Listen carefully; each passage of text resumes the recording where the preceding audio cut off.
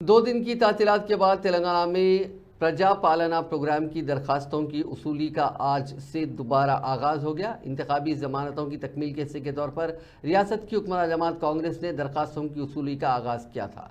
आज 2 दिन की तातीलात के बाद दरखास्तों को दाखिल करने का अमल शुरू हुआ, जहां दरखास्तें दाखिल करने के लिए अवाम का हुजूम देखा जा रहा है। अजला के साथ साथ रियासत के दारुल हुकूमत हैदराबाद में भी बेशतर मकामात पर आवाम का हुजूम देखा गया।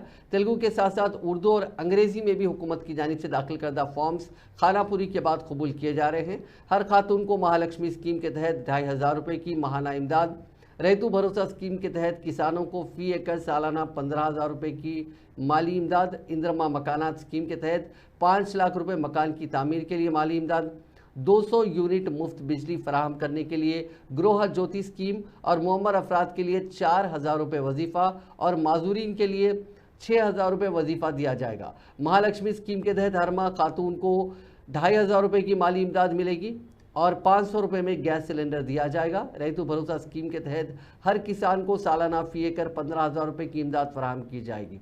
ज़रूरी मजदूरों को सालाना 12,000 रुपये की इमदाद फराहम की जाएगी। इंद्रमा मकानात स्कीम के तहत बेघर खानदानों को मकान की तामीर के लिए 5 लाख रुपये तक की मदद फराहम की जाएगी।